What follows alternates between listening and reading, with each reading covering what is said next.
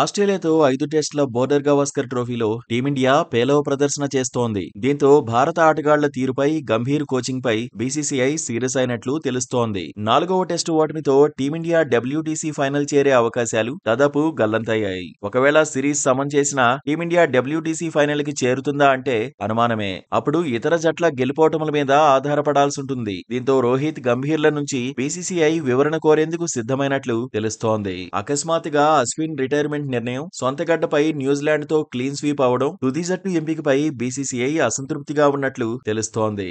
ఈ విషయాలపై రోహిత్, గంభీర్లను ప్రశ్నించే అవకాశం కూడా ఉందని బీసీసీఐ కాంపౌండ్ నుంచి వార్తలు వస్తున్నాయి.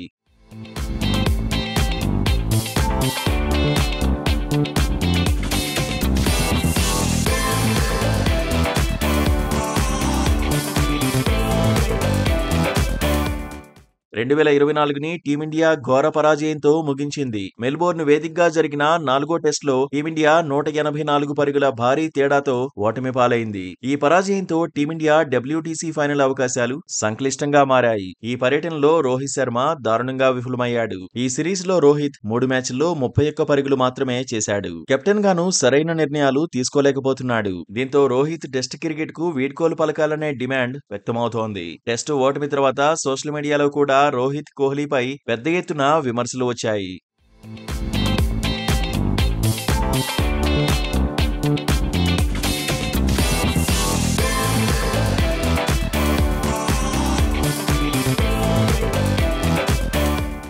మరోవైపు రోహిత్ గైర్హాజరీలో టీమిండియాను నడిపించిన బుమ్రా అసాధారణ విజయాన్ని అందించాడు. దాంతో బుమ్రాకు సారథ్య బాధ్యతలు అప్పగించాలనే డిమాండ్ వ్యక్తమవుతోంది. ఇక హెడ్ కోచ్ గా గంభీర్ బాధ్యతలు చేపట్టిన తర్వాత భారత్ కు ఘోర పరాజయాలు ఎదురవుతున్నాయి. శ్రీలంక గడ్డపై వన్డే సిరీస్ కోల్పోవడంతో పాటు ఎన్నడూ లేని విధంగా సొంత గడ్డపై టెస్ట్ సిరీస్ క్లీన్ స్వీప్ అయింది. బోర్డర్ గవాస్కర్ ట్రోఫీలోనూ ఊహించని ఫలితాలు ఎదురయ్యాయి. దాంతో గంభీర్ నిర్ణయాలపై విమర్శలు వ్యక్తమవుతున్నాయి. Veteran spinner Ravichandran Ashwin series మధ్యలోనే రిటైర్మెంట్ ప్రకటించడం కూడా చర్చనీయాంశమైంది. ఈ అంశాలన్నింటిపైన గంభీర్, రోహిత్లను బీసీసీఐ వివరణ కోరనుంది.